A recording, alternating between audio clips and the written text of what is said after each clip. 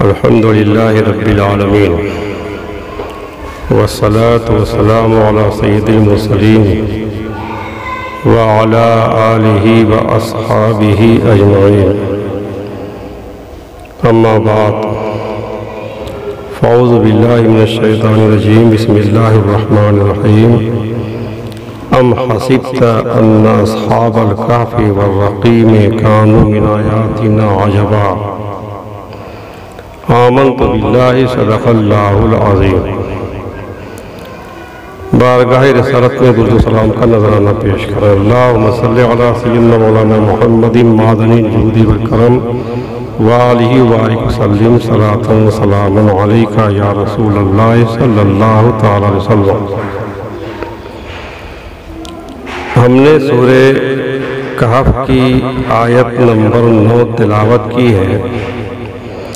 اللہ تعالیٰ فرماتا ہے، ام حسبت ان اصحاب الکہف والرقیم کانوا من آیاتنا عجبا، کیا تمہیں معلوم ہوا کہ پہاڑ کی کوہ اور جنگل کے کنارے والے ہماری ایک عجیب نشانی تھے۔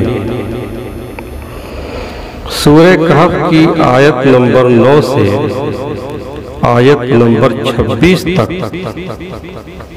جن نوجوانوں کا تذکرہ کیا گیا ہے انہیں اصحاب کہف کہا جاتا ہے۔ 3 آیات میں اصحاب کہف کا واقعہ بیان ہوا۔ حضرت انس رضی اللہ تعالیٰ عنہ کا قول ہے کہ سورہ کہف مکمل نازل ہوئی، پوری سورت ایک ساتھ نازل ہوئی، اور اس کے ساتھ 70,000 فرشتے تھے۔ مکے کے کافروں نے اپنے 2 نمائندے یعنی نضر بن حارث اور عقبہ بن ابی معیط کو مدینے میں یہود کے علماء کے پاس بھیجا، کیونکہ علماء یہود اہل کتاب تھے تو ان کے پاس کافروں نے بھیجا 2 نمائندے تاکہ ان اہل کتاب سے رسول اللہ صلی اللہ علیہ وسلم کے تعلق سے ان کی آسمانی کتابوں میں مذکور حقائق کو معلوم کریں اور نبی آخر الزمان صلی اللہ علیہ وسلم کی نشانی کی معرفت حاصل کریں۔ جب یہ 2 نمائندے مدینے گئے، یہود کے علماء سے ملے، اپنی باتیں رکھیں، تو یہود کے علماء نے انہیں 3 سوالات بتائے اور کہا کہ جاؤ ان سے 3 سوالات کرو، سیدنا محمد صلی اللہ علیہ وسلم سے 3 سوالات کرو، اگر وہ نبی ہوں گے تو سوالوں کی جواب دے دیں گے، اور اگر نبی نہیں ہوں گے تو یہ سوالوں کی جواب نہ دے سکیں گے۔ ایک سوال تھا روح کے تعلق سے کہ روح کیا چیز ہے، اور دوسرا سوال تھا اصحاب کہف کے متعلق کہ اصحاب کہف کون لوگ ہیں، ان کا قصہ کیا ہے، اور تیسرا سوال تھا ذوالقرنین کے بارے میں کہ ذوالقرنین کون ہے، ان کا واقعہ کیا ہے۔ تو جب وہ کفار حضور کے پاس آئے اور یہ 3 سوالات کیے کہ اگر آپ نبی ہیں تو بتائیے وہ کیا چیز ہے، اصحاب کہف کون ہے، ذوالقرنین کون ہے، تو آپ نے فرمایا کہ میں کل تمہارے سوالات کا جواب دے دوں گا۔ چونکہ اس وقت آپ کو علم نہیں تھا، اللہ تعالیٰ وحی کے ذریعے سے علم دیتا تھا تو آپ بتاتے تھے، تو فرمایا کہ میں کل تمہارے سوالات کا جواب دے دوں گا۔ آپ نے یہ بات کہی، کل بتانے کا وعدہ کر لیا، لیکن آپ انشاءاللہ کہنا بھول گئے۔ آپ نے یہ نہیں کہا کہ انشاءاللہ کل بتا دوں گا، بس یہ کہا کہ کل بتا دوں گا۔ تو چونکہ آپ نے انشاءاللہ نہیں کہا تھا، بھول گئے تھے، تو اللہ تعالیٰ نے جب تک چاہا وہی نازل نہیں فرمائی، کئی دن وہی نازل ہی نہیں ہوئی، یہاں تک کہ تقریباً 15 دن گزر گئے اور آپ نہایت اضطراب اور بے چینی کے ساتھ وحی کے نازل ہونے کا انتظار فرماتے رہے، اور کفار مکہ روز آتے اور کہتے کہ ہمارے سوالوں کا جواب دیجئے، مگر نبی کریم صلی اللہ تعالی علیہ وسلم وحی کے انتظار کی وجہ سے نہ بتاتے اور خاموش رہتے۔ پھر 14-15 دن کے بعد جب وحی نازل ہوئی تو اس میں تینوں سوالات کے جوابات سے آپ کو آگاہ کر دیا گیا، اللہ نے آپ کو بتا دیا۔ اس میں روح کے تعلق سے جو سوال تھا وہ صرف ایک شے کی حقیقت سے سوال تھا، تو اس کا مختصر جو جواب دیا گیا اس کو نبی کریم صلی اللہ علیہ وسلم کے حکم سے سورہ بنی اسرائیل کا حصہ بنا دیا گیا۔ سورہ بنی اسرائیل میں یوں آیت ہے، یسألونک عن الروح قل الروح من امر ربی، لوگ تم سے روح کے بارے میں سوال کرتے ہیں، تم فرما دو کہ روح میں رب کے حکم سے ہے۔ رہ گئے اصحاب کہف اور ذوالقرنین کے تعلق سے واقعات، تو ان کے تعلق سے نبی کریم صلی اللہ علیہ وسلم نے فرمایا کہ انہیں سورہ کہف میں رکھا جائے، کیونکہ یہی لوح محفوظ کی ترتیب ہے۔ تو سورہ کہف کے اخیر میں ذوالقرنین کا واقعہ ہے، یسألونک عن ذی القرنین، لوگ تم سے ذوالقرنین کے بارے میں سوال کرتے ہیں۔ تو 3 سوالات تھے، روح کے بارے میں، ذوالقرنین کے بارے میں، اصحاب کہف کے بارے میں۔ تو روح پر بہت تفصیل سے ہم پہلے بیان کر چکے ہیں، اس بیان کا عنوان ہی ہے روح کا بیان، اور ذوالقرنین پر بھی ہمارا بیان ہو چکا ہے بہت تفصیل سے، یاجوج ماجوج کے بیان کے ضمن میں، اور یاجوج ماجوج کا بیان 2 قسطوں میں ہے۔ اصحاب کہف کا ذکر تفصیل سے ہم نے کبھی نہیں کیا، تو آج ہم اصحاب کہف کا ذکر کرتے ہیں۔ حضرت عیسیٰ علیہ السلام کے بعد اہل انجیل، حضرت عیسیٰ علیہ السلام کو انجیل دی گئی تھی، تو جب وہ آسمان پہ اٹھا لیے گئے تو اہل انجیل کی حالت ابتر ہو گئی، بڑی خراب ہو گئی، وہ بت پرستی میں مبتلا ہو گئے اور دوسروں کو بت پرستی پر مجبور کرنے لگے۔ ان میں دقیانوس بادشاہ بڑا جابر و ظالم تھا، بہت بڑا بت پرست تھا، جو بت پرستی پر راضی نہ ہوتا اس کو قتل کر ڈالتا تھا۔ دقیانوس ممالک روم کو تسخیر کرتے ہوئے جب شہر افسوس میں پہنچا، ایک شہر کا نام تھا افسوس، جب وہاں پہنچا تو وہاں ایک مقتل بنایا، قتل گاہ۔ جن بتوں کو وہ پوجتا تھا، شہر والوں کو حکم دیا کہ تم سب بھی ان بتوں کی عبادت کرو۔ جس نے اس کا حکم مانا نجات پائی، اور جس نے نہ مانا اس پر آفت آئی، اسی قتل گاہ میں لے جا کر اس کو قتل کر دیا گیا۔ 6 نوجوان تھے، یہ خدا پرست تھے، اللہ کو ماننے والے، بزرگ زادے تھے، بہت بڑے امیر و کبیر گھرانے کے تھے، اسی شہر افسوس کے رہنے والے تھے، شرفاء اور معززین میں سے تھے، ایماندار لوگ تھے، بڑے حسین خوبصورت بھی تھے۔ یہ 6 نوجوان ایک گوشے میں بیٹھ رہے اور عبادت و دعا میں مشغول ہو گئے۔ جناب الہی میں عرض کی کہ مولا ہمیں اس ظالم بادشاہ کے ظلم سے بچا۔ ان کی خبر بھی دقیانوس بادشاہ تک پہنچ گئی۔ اس نے حکم کیا کہ انہیں گرفتار کر کے میرے دربار میں حاضر کیا جائے۔ یہ 6 نوجوان حاضر کیے گئے۔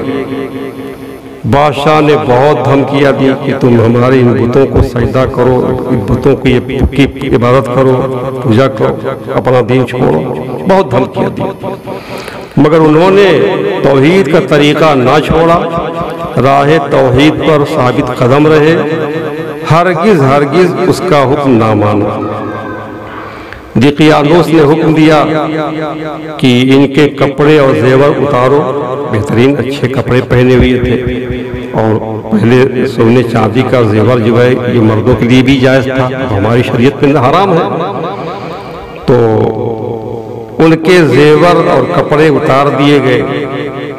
پھر بادشاہ بولا کہ تم ابھی نوجوان ہو، تم خوبصورت بھی ہو، میں تمہاری کم عمری پر ترس کھاتا ہوں، مجھے ترس آتا ہے، اس لیے تم کو 2-3 دن کی مہلت دی جاتی ہے، تم خوب غور و تأمل کر لو، دیکھو تمہاری بہتری اسی میں ہے کہ تم میری بات مان لو۔ پھر وہ بادشاہ دقیانوس اس شہر سے کسی اور موضع کی طرف متوجہ ہوا اور یہ کہہ دیا کہ 2-3 دن کے بعد پھر میں واپس آتا ہوں اور پھر تم لوگوں کی خیریت کی خبر لیتا ہوں۔ وہ نوجوانوں نے اس بادشاہ کا چلا جانا غنیمت جان کر اپنے بارے میں آپس میں مشورہ کیا، سبوں کی رائے یہی قرار پائی کہ یہاں سے بھاگ چلو۔ وہ نوجوان دقیانوس کے ظلم و جبر سے بچنے کے لیے اور اپنا ایمان بچانے کے لیے بھاگے، ہر ایک اپنے گھر سے تھوڑا تھوڑا مال، اس زمانے کا سکہ جو چلتا تھا، راہ میں خرچ کرنے کے واسطے لایا، اور ایک پہاڑ جو شہر کے قریب تھا اس طرف چل نکلے۔ راستے میں ایک چرواہا ان کے پاس جا پہنچا اور ان سے بڑا متاثر ہوا وہ، اور وہ ان کے دین میں داخل ہو گیا اور کہا کہ میں آپ لوگوں کا ساتھ نہ چھوڑوں گا، میں ساتھ رہوں گا۔ ان کے ساتھ ہو لیا، اب یہ ساتھ ہو گئے۔ چرواہے کا کتا بھی تھا، وہ کتا بھی ان کے پیچھے پیچھے دوڑتا چلا۔ اب یہ لوگ ڈرے کہ کتا ہے، کہیں بھونکے گا تو لوگوں کو ہماری خبر ہو جائے گی، اس لیے اسے بہت ہانکنے اور بھگانے کی کوشش کی، مگر اس کتے نے ان کا پیچھا نہ چھوڑا۔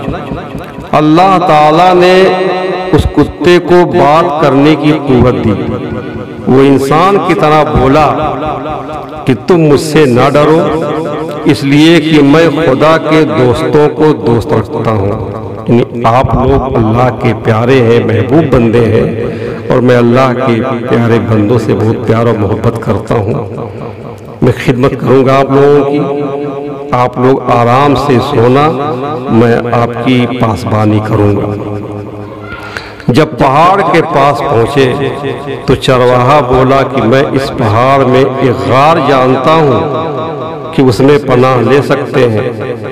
اب یہ ساتوں نوجوان اس پہاڑ کے غار میں پناہ گزین ہو گئے، اور وہ جو کتا تھا جس کا نام قطمیر تھا، وہ جو ہے اس پہاڑ کی چوکھٹ پر، اس غار کی چوکھٹ پر دہانے پر اپنے اگلے پیر پھیلا کر کے جس طرح کتے بیٹھتے ہیں بیٹھ گئے۔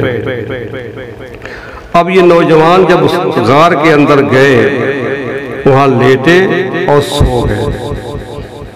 اب اللہ تعالیٰ نے ان کو ایسا سلایا کہ 300 برس سے زیادہ عرصے تک وہ سوتے رہے، 309 برس تک وہ سوتے رہے، اسی حال میں رہے۔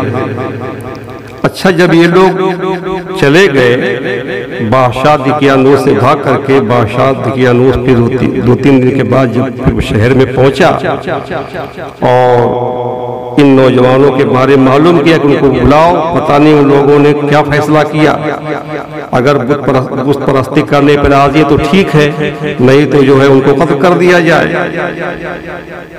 تو بادشاہ کو جستجو سے معلوم ہوا کہ وہ سب بھاگ گئے ہیں اور وہ غار کے اندر ہے۔ اس نے پتہ چل گیا بادشاہ کو کہ وہ سب جو ہے ساتوں غار کے اندر ہے۔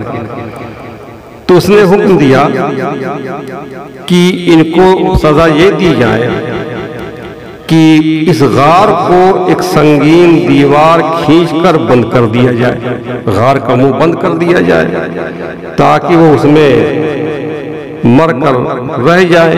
جب ہوا نہیں جائے گی تو کب تک زندہ رہیں گے؟ مر کر رہ جائیں اور وہی غار جو ہے ان کی قبر ہو جائے، یہی ان کی سزا ہے۔ یہ بادشاہ نے حکم دے دیا۔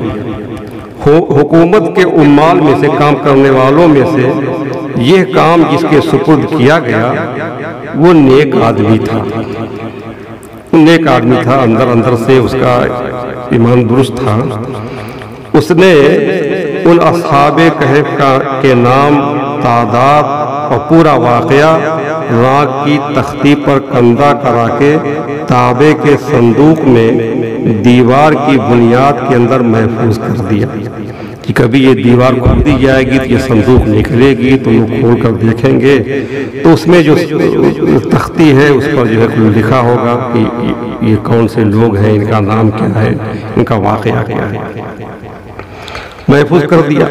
یہ بھی بیان کیا گیا ہے کہ اسی طرح ایک تختی شاہی خزانے میں بھی محفوظ کرا دی گئی۔ کچھ عرصے بعد دقیانوس ہلاک ہوا۔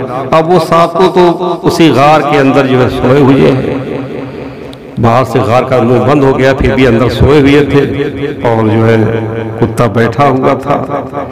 کچھ عرصے کے بعد دقیانوس بادشاہ ہلاک ہو گیا، مر گیا۔ زمانے گزرے، سلطنتیں بدلیں، یہاں تک کہ ایک نیک بادشاہ فرما روا ہوا۔ اس بادشاہ کا نام بیدروس تھا، بیدروس۔ اس نے 68 سال حکومت کی۔ اس کی حکومت کے زمانے میں ملک میں فرقہ بندی پیدا ہوئی، ورنہ سب اچھے لوگ ہو گئے تھے، سب صاحب ایمان ہو گئے تھے، انجیل کو ماننے والے، حضرت عیسیٰ علیہ السلام پر ایمان رکھنے والے تھے۔ لیکن پھر جو ہے فرقہ بندی پیدا ہوئی اور بعض لوگ مرنے کے بعد اٹھنے اور قیامت آنے کے منکر ہو گئے کہ مرنے کے بعد اٹھنا نہیں ہے، قیامت نہیں آئے گی، جو مر گیا ختم ہو گیا، یہ قیامت کا انکار کرنے لگے۔ بادشاہ کو بڑی فکر ہوئی، چونکہ نیک بادشاہ تھا بیدروس۔ وہ بادشاہ ایک تنہا مکان میں بند ہو گیا اور اس نے گریو زاری سے بارگاہ الہی میں دعا کی، اللہ کی بارگاہ میں رویا، گرایا، دعا کی کہ یا رب کوئی ایسی نشانی ظاہر فرما جس سے لوگوں کو مردوں کے اٹھنے اور قیامت آنے کا یقین حاصل ہو، کوئی ایسی نشانی ظاہر ہو جائے۔ اب دیکھیے کیسے اس کی دعا قبول ہوتی ہے۔ اسی زمانے میں ایک شخص جو ہے بکریاں چرایا کرتا تھا، اسی پہاڑ کے آس پاس، جس پہاڑ کی غار میں یہ ساتوں نوجوان سو رہے تھے۔ تو وہ شخص اپنی بکریوں کے آرام کے لیے جگہ تلاش کر رہا تھا کہ جب دھوپ ہو جائے تو کوئی ایسا غار اور مل جائے جس میں بکریاں آرام کریں۔ تو جگہ حاصل کرنے کے لیے وہ وہاں پہنچا اور سوچا کہ یہ جو دیوار ہے اگر گرا دی جائے تو یہ غار کھل جائے گا اور اسی غار کے اندر بکریوں کو آرام کرنے کی جگہ مل جائے گی۔ اس نے دیوار گرا دی اور جب دیوار گرائی تو دیکھا کہ اس میں 7 نوجوان جو ہے سوئے ہوئے ہیں۔ اب وہ سب سوئے ہوئے تھے لیکن ان کے بال ناخن وغیرہ بڑھ گئے تھے اور جو ہے کتا بھی اسی طرح سے بیٹھا ہوا تھا۔ اب اس چرواہے پر ایسی ہیبت طاری ہوئی کہ جتنے گرانے والے بھاگ گئے اور لوگوں کو بلا لیا تھا گرانے کے لیے دیوار، سب بھاگ گئے مارے ڈر کے۔ اب جب دیوار گر گئی تو اصحاب کہف جو 309 سال تک سوتے رہے اب جو ہے اٹھے، اللہ کے حکم سے خوشی خوشی فرحاں شاداں اٹھے، چہرے شگفتہ تھے، طبیعتیں خوش تھیں، زندگی کی تر و تازگی موجود، سب کچھ۔ اب تک انہیں نہ بھوک لگی نہ پیاس لگی، لیکن اب بھوک پیاس محسوس ہوئی۔ اب ایک نے دوسرے کو سلام کیا کہ سو کے اٹھے ہیں، ان کو یہ اندازہ تھا کہ بھی صبح سوئے ہیں اور شام ہوئی ہے سو کے اٹھے۔ ایک دوسرے کو سلام کیا، نماز کے لیے کھڑے ہو گئے۔ فارغ ہو کر یملیخہ سے کہا، ان میں سے ایک کا نام تھا یملیخہ، یملیخہ سے کہا کہ آپ جائیے کچھ پیسے لے کر کے اور بازار سے کچھ کھانے کو بھی لائیے، کچھ کھانے کے سامان جو ہے آپ لے آئیے، اور یہ خبر بھی لائیے کہ دقیانوس کا ہم لوگوں کے بارے میں اب کیا ارادہ ہے، دقیانوس بادشاہ کا ہمارے بارے میں کیا ارادہ ہے۔ اب وہ یملیخہ جو ہے بازار گئے، لیکن جب بازار گئے تو 309 سال کا زمانہ گزر گیا، سب نقشہ بھی کو بدلا ہوا تھا، شہر پناہ کے دروازے پر دیکھا اسلامی علامت نظر آئی، نئے نئے لوگ پائے، کسی کو پہچانتے ہی نہیں تھے، اور جو انسان نظر آتے تھے ملتے تھے انہیں حضرت عیسیٰ علیہ السلام کے نام کی قسم کھاتے سنا، حضرت عیسیٰ علیہ السلام کے نام کی قسم کھاتے، ان کا نام لیتے ہیں بڑے ادب سے، تو بہت تعجب ہوا یہ کیا معاملہ ہے، کل تو کوئی شخص اپنا ایمان ظاہر نہیں کر سکتا تھا، حضرت عیسیٰ علیہ السلام کا نام لینے سے قتل کر دیا جاتا تھا، اور آج اسلامی علامتیں شہر پناہ پر ظاہر ہیں، لوگ بے خوف و خطر حضرت عیسیٰ علیہ السلام کے نام کی قسمیں کھاتے ہیں۔ بہرحال پھر ایک نان پوز، یعنی جہاں روٹی پکتی تھی ہوٹل، ایک نان پوز کی دکان پر گئے کھانا خریدنے کے لیے۔ اب اس کے پاس پیسے جو تھے سکے پرانے تھے، وہی 309 سال پہلے کے دقیانوسی سکے، اب وہی روپے جو ہے انہوں نے دیے دکاندار کو۔ اب ان روپیوں کا چلن جو ہے صدیوں سے بند ہو گیا تھا، اب ان کا دیکھنے والا بھی کوئی باقی نہ رہا تھا۔ اب بازار والوں نے، خاص طور سے اس دکاندار نے خیال کیا کہ کوئی پرانا خزانہ ان کے ہاتھ آ گیا ہے، لگتا انہیں کوئی پرانا خزانہ کہیں مل گیا ہے، انہیں پکڑ کر حاکم کے پاس لے گئے۔ وہ نیک شخص تھا، اس نے بھی ان سے دریافت کیا کہ خزانہ کہاں ہے، تمہیں خزانہ کہاں سے ملا ہے؟ یملیخہ نے کہا خزانہ کہیں نہیں ہے، یہ روپیہ ہمارا ہے، اپنا ہے۔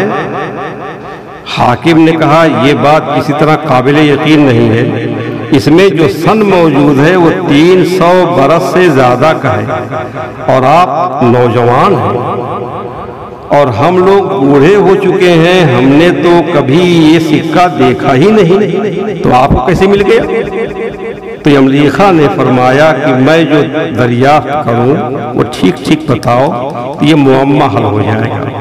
یہ بتاؤ کہ دقیانوس بادشاہ کس حال و خیال میں ہے، اس کا خیال کیا ہے؟ تو حاکم نے کہا کہ آج روئے زمین پر اس نام کا کوئی بادشاہ ہے ہی نہیں، سینکڑوں برس ہوئے جب ایک بے ایمان بادشاہ اس نام کا گزرا ہے، بڑا ظالم و جابر تھا۔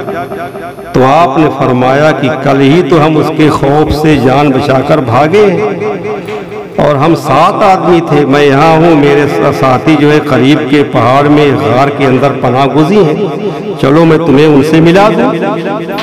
اب وہ حاکم اور شہر کے اور عمائد اور بہت سارے لوگ ان کے ساتھ غار کے پاس پہنچے۔ اب اصحاب کہف جو 6 غار کے اندر تھے وہ یملیخہ کے انتظار میں تھے کہ کھانا لائے تو ہم کھائیں، اور ادھر وہ پکڑے گئے۔ کثیر لوگوں کے آنے کی آواز اور کھٹکے سن کر جب دیکھا کہ کثیر لوگ آ رہے ہیں تو سمجھے کہ لگتا ہے یملیخہ پکڑے گئے ہیں اور مارے پیٹے گئے ہوں گے، تو ہمارا پتہ بھی بتا دیا ہے دقیانوس بادشاہ سے، تو ہماری گرفتاری کے لیے پولیس آ رہی ہوگی۔ تو یہ سمجھا ان لوگوں نے کہ دقیانوسی فوج ہماری جستجو میں آ رہی ہے۔ اللہ کی حمد اور شکر بجا لانے لگے، اللہ کی بارگاہ میں دعائیں مانگنے لگے، اتنے میں یہ لوگ پہنچے۔ اب یملیخہ نے تمام قصہ سنایا، ان لوگوں کو بتایا کہ دیکھو اب بہت پہلے سے ہم لوگ یہاں سوئے ہوئے ہیں، ہم لوگ سمجھتے ہیں کہ صبح سوئے شام ہوئی ہے، اور پورا واقعہ سنایا۔ اب ان حضرات نے سمجھ لیا کہ ہم اللہ کے حکم سے اتنا طویل زمانہ سوئے رہے، اور اب اس لیے اٹھائے گئے ہیں کہ لوگوں کے لیے موت کے بعد زندہ کیے جانے کی دلیل اور نشانی ہو جائے ہم، کہ جب اللہ تعالیٰ 309 سال سولانے کے بعد بھی زندہ کر سکتا ہے، اس طرح سے قیامت بھی لوگوں کو زندہ کر سکتا ہے۔ اب حاکم جو ہے سر غار پہنچا تو اس نے جو ہے تانبے کا صندوق دیکھا، ایک دیوار گرائی گئی تھی، تانبے کی صندوق اس کے اندر تھی، صندوق دیکھا، اس کو کھولا تو تختی برآمد ہوئی، اور اس تختی میں ان اصحاب کے نام اور ان کے کتے کا نام بھی لکھا تھا، اور یہ بھی لکھا تھا کہ یہ جماعت اپنے دین کی حفاظت کے لیے دقیانوس کے ڈر سے اس غار میں پناہ گزین ہوئی۔ دقیانوس نے خبر پا کر ایک دیوار سے انہیں غار میں بند کر دینے کا حکم دیا تھا۔ اچھا، اس نے یہ بھی لکھا تھا کہ ہم یہ حال اس لیے لکھتے ہیں کہ جب کبھی غار کھلے تو لوگ حال پر مطلع ہو جائیں۔ اب یہ تختی پڑھ کر سب کو تعجب ہوا، اور لوگ اللہ تعالیٰ کی حمد و ثنا بجا لائے کہ اس نے ایسی نشانی ظاہر فرما دی جس سے مرنے کے بعد اٹھنے کا یقین حاصل ہوتا ہے۔ حاکم نے اپنے بادشاہ بیدروس کو بھی واقعے کی اطلاع دی۔ اب وہ بادشاہ وہ امراء اور عمائد کو لے کر حاضر ہوا اور سجدہ شکر جو ہے اللہ تعالیٰ کا شکر جو ہے بجا لایا کہ اللہ تعالیٰ نے اس کی دعا قبول فرما لی۔ اصحاب کہف نے بادشاہ سے معانقہ کیا اور فرمایا ہم تمہیں اللہ کے سپرد کرتے ہیں، والسلام علیکہ ورحمۃ اللہ وبرکاتہ، اللہ تیری اور تیرے ملک کی حفاظت فرمائے اور جن و انس کے شر سے بچائے۔ بادشاہ کھڑا ہی تھا کہ وہ حضرات اپنی خوابگاہوں کی طرف واپس ہو کر لیٹ گئے اور سو گئے، اور اللہ تعالیٰ نے انہیں اوقات دے دی۔ بادشاہ نے سال کے صندوق میں ان کے جسموں کو محفوظ کیا، اور اللہ تعالیٰ نے روب اور دبدبے سے ان کی حفاظت فرمائی کہ کسی کی مجال نہیں کہ وہاں پہنچ سکے۔ بادشاہ نے سرِ غار مسجد بنانے کا حکم دیا، ایک مسجد بنائی گئی وہاں، اور ایک سرور کا دن معین کیا گیا کہ ہر سال لوگ عید کی طرح وہاں آیا کریں۔ اس سے معلوم ہوا کہ صالحین میں اس کا معمول قدیم سے ہے۔ یہ اصحاب کہف کا واقعہ ہوا، اور یہ 7 حضرات تھے۔ ان کے نام میں کچھ اختلاف بھی ہے، اور ان کے نام میں بڑی تاثیر ہے۔ ان اصحاب کہف کے نام میں، ان کے کتے کے نام میں بڑی تاثیر ہے، اور ان کے نام میں آپ کو بتا دیتا ہوں۔ ایک کا نام تھا یملیخا، اور ایک کا نام تھا مقسل مینا، اور ایک کا نام تھا کشفوتت، اور ایک کا نام تھا تبیونس، اور ایک کا نام تھا ازرافت یونس، اور ایک کا نام تھا کشافت یونس، اور ایک کا نام یوانس بوس، اور ان کے کتے کا نام کتمیر تھا۔ یہ جو 7 کے نام ہیں، یہ اسماء لکھ کر دروازے پر لگائے جائیں تو مکان جلنے سے محفوظ رہتا ہے۔ روپے پیسے پر سرمایے پر رکھ دیے جائیں تو چوری نہیں جاتا۔ کشتی یا جہاز ان کی برکت سے غرق نہیں ہوتا۔ بھاگا ہوا شخص ان کی برکت سے واپس آ جاتا ہے۔ کہیں آگ لگی ہو اور یہ نام جو ہے کپڑے میں لکھ کر ڈال دیے جائیں تو آگ بجھ جاتی ہے۔ بچے کے رونے کے لیے، باری کے بخار کے لیے، درد سر کے لیے، یعنی جموگا کے لیے، اور خشکی طری کے سفر میں جان و مال کی حفاظت کے لیے، عقل کی تیزی کے لیے، قیدیوں کو آزاد کرنے کے لیے، یہ نام لکھ کر کے تعویذ کے طریقے سے بازو پر باندھے جائے۔ اس طرح سے اگر کوئی کتا کسی کو دوڑائے کاٹنے کے لیے تو اصحاب کہف کے کتے کا نام کتمیر لے لیا جائے۔ خود لفظ کہف جو ہے، لفظ کہف، غار کہف بنتا ہے غار، یہ لفظ کہف جو اس میں بھی بہت تاثیر ہے، بہت اثر ہے۔ اگر گھر کی دیوار پہ انگلی سے کہف کہف کہیں کہیں لکھ دیا جائے تو گھر میں آسے وغیرہ ہو وہ ختم ہو جائے۔ پیشانی پر لکھ دیا جائے کہف، اس کے اندر بھی اگر کوئی بلا وغیرہ ہے تو دور ہو جائے۔ کہیں گاڑی وغیرہ کھڑی کی ہے اور دل ہی میں 7 بار کہف کہف کہف پڑھ کر کے اس پر دم کر دیا جائے تو چوری نہیں ہوگی۔ اس طرح سے اگرچہ اس کو بند نہیں کیا پھر بھی چوری نہیں ہوگی، اس طرح سے مال و دولت وغیرہ رکھی جائے، خالی کہف کہہ دیا جائے، وہ بھی چوری سے محفوظ رہے گا۔ اس طرح سے لفظ کہف میں جب اتنا اثر ہے تو یہ اصحاب کہف جو اللہ والے تھے ان کے ناموں میں کتنا اثر ہوگا، اور جو ہے ان کے کتے کے نام میں بھی اتنا زیادہ اثر ہے۔ یہ تو واقعہ ہوا، میں نے سوچا تھا کہ یہ آیتیں جو ہے ان کا ترجمہ اور تفسیر بھی ہم آپ کو پڑھ کر سنا دیں گے، لیکن وقت جو ہے زیادہ ہو گیا۔ اب یہ اصحاب کہف جو غار میں سو رہے تھے، 309 سال تک سوتے رہے، غار کا آج بھی اس میں سوئے ہوئے ہیں، لیتے ہیں، غار کا منہ کھلا ہوا ہے، اب تو غار کا منہ کھلا ہوا ہے، کھلی فضا میں ہے، لیکن اس کے باوجود 309 سال تک یہ معاملہ تھا، جب سورج نکلتا تھا تو کٹ جاتا تھا، کٹ کے جاتا تھا، اور جب ڈوبنے لگتا تھا تب ادھر کٹ جاتا تھا، مطلب کسی طرح سے ان کے بدنوں کے اوپر جو ہے سورج کی روشنی نہیں پڑتی تھی۔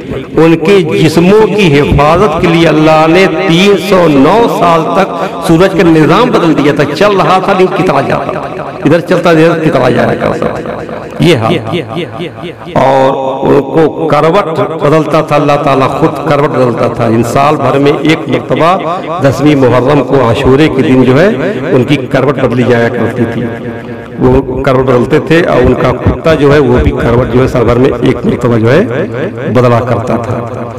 عجیب سب ان کے واقعات ہیں، اس لیے کہا ہے کہ یہ ہماری ایک عجیب نشانیوں میں سے ہے، وہ اصحاب کہف جو نشانیوں میں سے اللہ تعالیٰ نے ایسی ہیبت سے ان کی حفاظت آج بھی فرمائی ہے کہ ان تک کوئی جا نہیں سکتا۔ حضرت معاویہ رضی اللہ عنہ جنگ روم کے وقت اس غار کی طرف گزرے تو انہوں نے اصحاب کہف پر داخل ہونا چاہا کہ ذرا سا جائیں ہم ان کی زیارت کر لیں۔ حضرت عبداللہ بن عباس رضی اللہ عنہما وہاں موجود تھے ساتھ میں لشکر کے، انہوں نے منع فرمایا کہ نہیں آپ نہ جائیے، کیونکہ جو انہیں دیکھتا ہے وہ خوف و دہشت سے بھر جاتا ہے، کوئی وہاں پہنچ نہیں پاتا۔ لیکن پھر بھی امیر معاویہ نے ایک جماعت کو بھیج دیا کہ تم لوگ جاؤ دیکھو اصحاب کہف کا کیا حال ہے۔ تو اللہ تعالیٰ نے ایک ایسی ہوا چلائی کہ وہ سب جل گئے، کوئی غار سے باہر نکلا ہی نہیں، اس لیے امیر معاویہ کی ہمت بھی اندر جانے کی نہیں ہوئی اور کوئی جا نہیں سکتا۔